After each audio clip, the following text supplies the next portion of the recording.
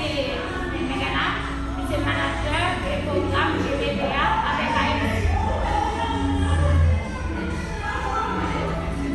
Moi, c'est Tina Durosso, moi, c'est traductrice. Moi, c'est Gracia Anderson, c'est officier programme de TVA.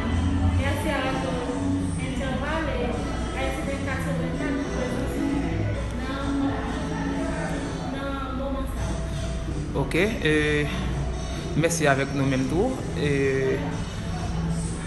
Ça c'est une organisation qui gagne pour ouvrir un centre pour prendre responsabilité femmes avec des filles au niveau communautaire. Et dans quel objectif nous comptons ouvrir centre ça dans la commune?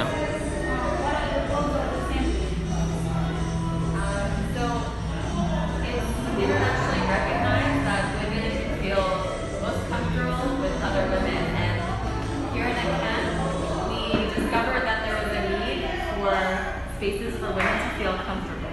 Dans le milieu international, là, il dit que c'est toujours confortable pour que les femmes, y'en a l'autre, ils sentent bien, y'en a avec l'autre. C'est ça que nous mettons à quai juste pour les femmes, ils sont capables de se sentir confortables et que vous As you know, it's October 15th, the women's organizations in the area. Il y a pas besoin de compétences tout, et puis pour être capable de collaborer avec l'autre monde qui est dans la commune.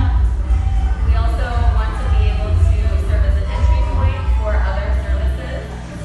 So if people are able to learn about the health services that International Medical Corps has through the center, we can easily refer them to the clinic that's just over there. C'est ça que fait tout, nous avons une clinique là, nous sommes capables d'écrire les mots si nous avons besoin de soins à faire santé. Those are the main objectives of the center. Ça c'est l'objectif ça. Ok.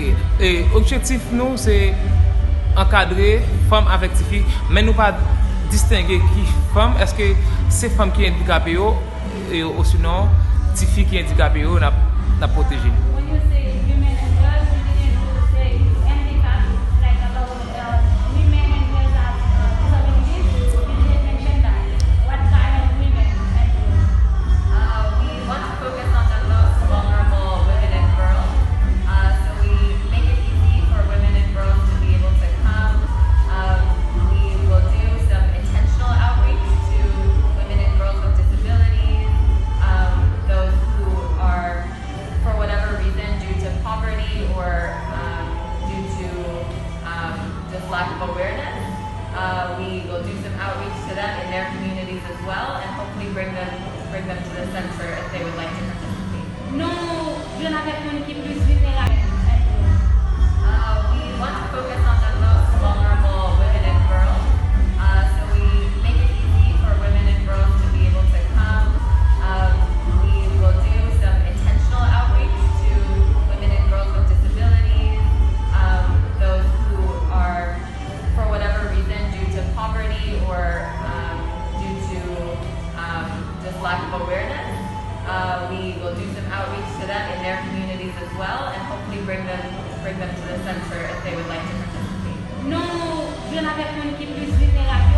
Et nous, nous avons tout pour nous faire sensibilisation de l'or, pour les gens qui sont handicapés, et si que vous voulez, pour faire prévention pour eux, si que vous voulez, mener dans le centre pour plus d'activités. Ok. Est-ce que l'organisation pas nous, je ne sais pas l'État ou c'est pas international là? We discovered that there was a need for spaces for women to feel comfortable.